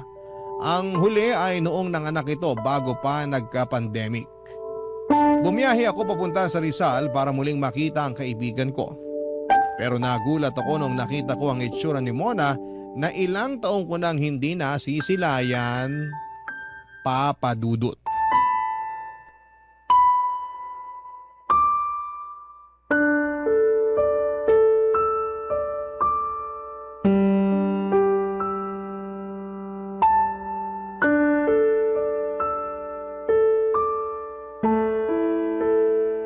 Mona, anong nangyari sa'yo?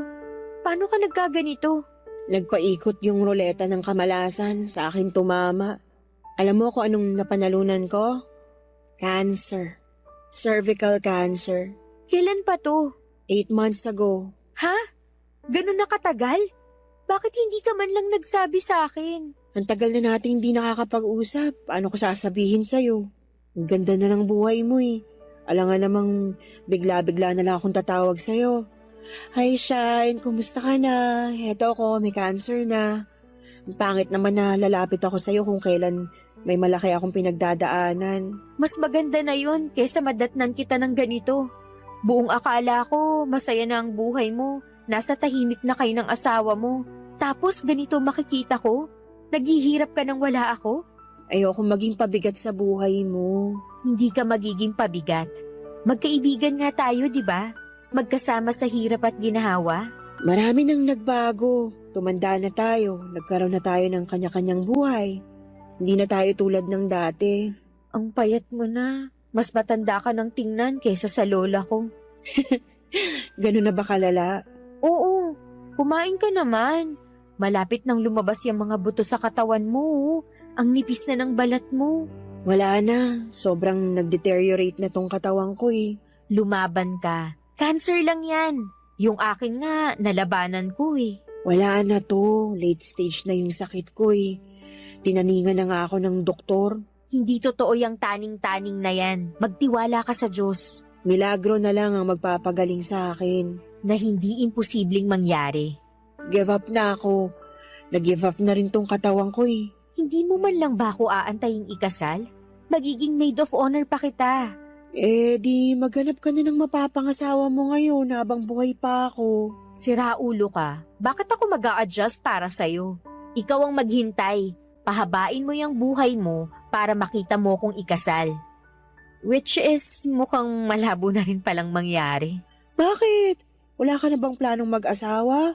Sayang yung jeans mo. May plano ako pero ang mundo mukhang wala ng plano para sa akin.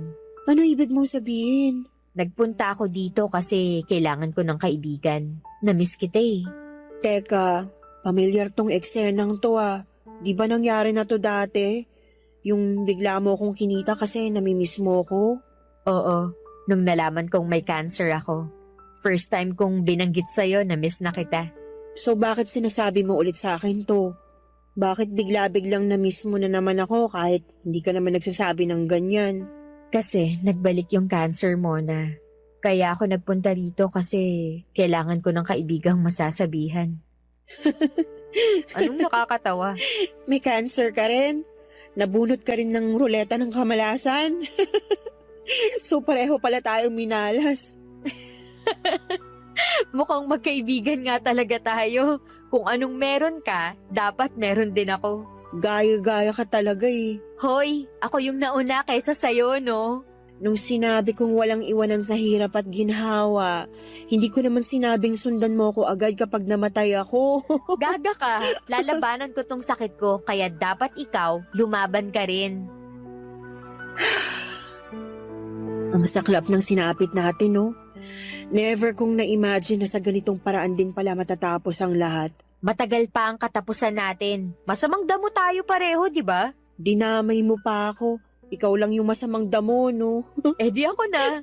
Dapat maging masamang damo ka na rin para matagal ka pang mamamatay. Kahit kailan talaga, wala ka pa rin pinagbago. Oo nga eh. Heto, may cancer pa rin. Parehas lang naman pala tayo. Dapat pala, kinumusta kita tapos kapag binalita mo sa aking may cancer ka ulit, ang isasagot ko, same. Lokaret, my gosh. Bakit natin ginagawang joke tong sakit na to? Kesa naman iyakan, tawanan na lang natin.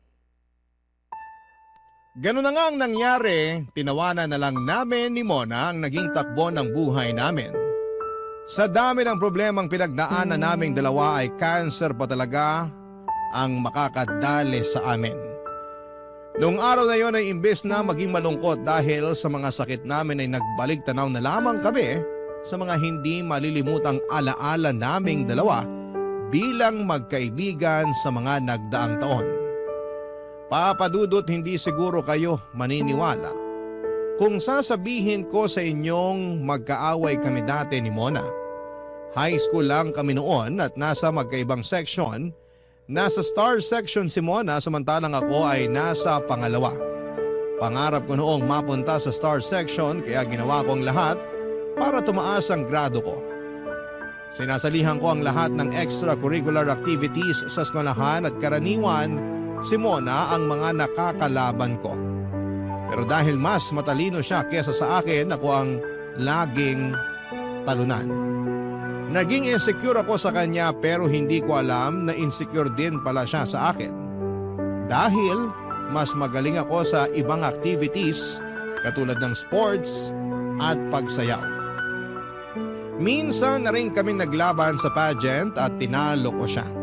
Simula noon ay nagkaroon na kami ng kompetisyon mula sa isa't isa. Nagkahiwalay ang landas namin after high school hanggang sa muli kaming magkita makalipas ang halos 10 taon. Naging magkatrabaho kami sa isang hardware company kung saan nagkaroon kami ng power tripper na boss.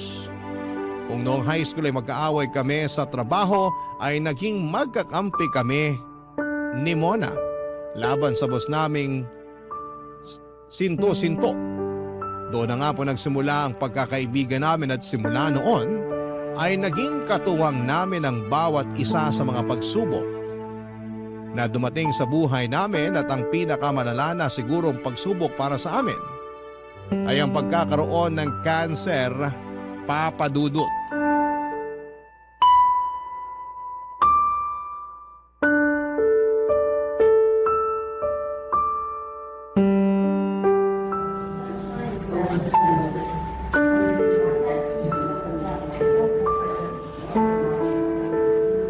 Mona, tulog ka na?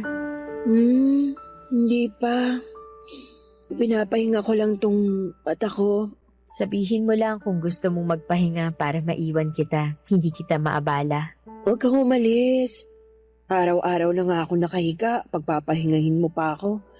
After nito, hindi na ako gigising pa kaya susulitin ko na tong natitirang oras ko. Gabi na rin kasi, dapat masunod natin yung oras ng pahinga mo. Pagbigyan mo na ako. Gusto ko magpuyat katulad ng dati nating ginagawa. Yung nagchichismisan tayo hanggang madaling araw? Oo. Gusto kong balikan yung mga araw na yun. Gusto ko na puro happy memories ang nasa utak ko bago ako mamatay. Ano bang gusto mong pagkwentuhan natin? Yung love life mo, wala ka na ba talagang planong mag-asawa? Te, busy pa ako sa sakit ko. Wala akong time para sa love life na yan. Nakafocus ako ngayon sa baga ko, hindi sa puso. Sayang naman kung di ka makakapag-asawa. Mas sayang kung mamamatay na ako ngayon. Ano yun? Sasabayan kita? Oo, pero sabay nating tsikahin si San Pedro. Sira, parang ewan to. Tanda mo pa nung bata pa tayo, lagi tayo magkaribal sa school. Oo, ikaw laging nakakatapat ko sa lahat ng bagay. Ikaw yung laging nauuna. Ikaw yung laging nananalo. Lagi na lang. Feeling ko nga, dinadaya mo ako nun eh. Mas magaling lang talaga ako kaysa sa'yo. Natotoo naman. Tanggap ko naman na yun. Pati nga sa buhay, ikaw rin mauuna eh. Ayaw mo talagang magpatalo, no? Ako unang nagkasakit, pero ikaw unang mawawala. Ano kaya yun? Ganun talaga. At least, kapag nawala na ako, wala ka nang magiging karibal sa buhay. Hindi naman nakaribal ang turing ko sa'yo ngayon eh. Simula nung naging magkaibigan tayo, kapatid na ang naging turing ko sa'yo. Yung mga eksena natin nung bata tayo, yun yung nagbigay ng spice sa pagkakaibigan natin. Malaking pinapasalamat ko sa Diyos kasi nauwi yung tunggalian natin sa pagkakaibigan. Isa ka sa mga tao sa buhay ko na hindi ko makakalimutan. Ako rin naman, malaki ang naging parte mo sa buhay ko na kung hindi ka dumating, paniguradong hindi ako magiging buo. Akala ko nga noon haabot tayo ng senior tapos ang gagawin na lang natin sa buhay magchismisan kapag pareho na tayong kulubot at namumuti ng buhok. Ang saklap ng buhay natin, no? Ang daya. Parang hindi man lang tayo aabot ng 50. Ito yung nakatadhana para sa atin eh. Tatanggapin na lang ba natin tong kapalaran nating to? Ako tanggap ko na. Matagal ko nang tinanggap na anumang oras mamamaalam na ako sa mundong to. Ikaw, malakas ka pa. Kaya mo pang lumaban. Sa ngayon, kaya ko pa kasi malakas pa ako. Pero paano sa mga susunod na araw, na buwan? Di ko nga alam kung aabot pa ba ako sa susunod na taon eh. Masamang damo ka, diba? Masamang damo na nalalanta na.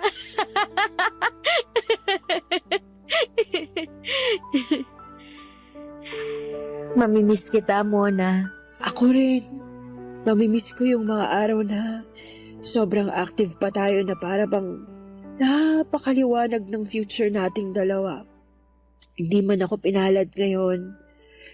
Sisiguraduhin kong sa susunod na buhay ko, aabot ako ng 90. 90 lang? Isagad mo na hanggang 100 para may incentive ka. Oo, ano?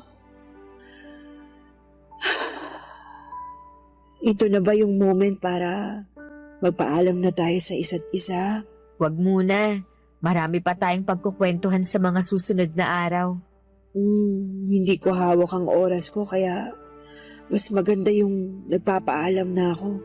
Baka mamaya sa eulogy ko, banggitin mo na di man lang ako nagpaalam sa'yo kaya magpapaalam na ako sa'yo ngayon pa lang. Ang pangit naman nung magpapaalam. Ano ba dapat? Kita-kits na lang. Kita-kita na lang tayo sa kabilang buhay. Di kita-kits. Pero wag mong madaliin ha. Mahaba naman pasensya ko eh. Maaantay kita doon kahit gaano pa katagal na manatili ka dito sa mundo. Promise mo sa akin na lalabanan mo tong sakit mo katulad nung dati. Oo, promise. Promise yan ha. Mumultuhin talaga kita kapag sumunod ka agad sa akin. Oo, promise nga. Isang buwan matapos ang pag-uusap namin yon ni Mona ay tuluyan nang bumigay ang katawan nito, Papa Dudut. Noong ko napagtanto na sobrang bilis din pala ng panahon. Tandang-tanda ko pa noong una kong nakita si Mona, 12 years old lamang ako noon. Malit siyang babae, maikli rin ang buhok, tahimik pero palaban. Hindi ko inaasahan na ang matalino, mabait at masiyahing si Mona ay hindi man lang aabot sa 50. Hindi ko nga rin alam kung maging ako ay aabot din sa ganong edad pero Sa kabutihang palad ay gumana naman ang mga treatment ko sa tulong ng chemo ay nalampasan ko ang taning na ibinigay sa akin ng mga doktor. Pero sa kabila ng magandang balita ay ramdam ko na noon ang panghihina ng katawan ko. Hindi na ako katulad ng dati at hindi ko na nagagawa ang mga bagay na araw-araw kong ginagawa noon. Papadudod kung ako ang tatanungin ay hindi na ako natatakot mamatay. Ilang taong ko na rin pinaghandaan ang pagdating ng araw na yon, kaya kung sakali mang dumating ang araw kung kailan kailangan ko nang ibigay, ang huli kong hininga ay ibibigay ko ito ng kusa. Hindi ako natatakot mamatay dahil alam kong may best friend akong naghihintay sa akin sa kabilang buhay. Tanggap ko man ang paparating na kamatayan, hindi pa rin naman ako nawala ng pag-asa. Nagpatuloy ako sa paglaban sa sakit ko dahil alam kong ito ang gustong mangyari ng mga taong nagmamahal sa akin. Ang lumaban ako. Kaya hanggat tumitibok pa ang puso ko ay hindi ako titigil sa pagpapatuloy ng buhay. Hindi ko alam kung hanggang kailan ang itatagal ng buhay na pinahiram sa akin. Pero hanggat nabubuhay ako ay gagamitin ko ang nalalabing oras ko sa mundong ito para makatulong, magbigay ng inspirasyon at magbahagi ng kabutihan sa kapwa ko. Maraming salamat po Papa Dudut and more power sa inyong programa. Ang inyong forever, kapuso at kabarangay, araw-araw, Shine.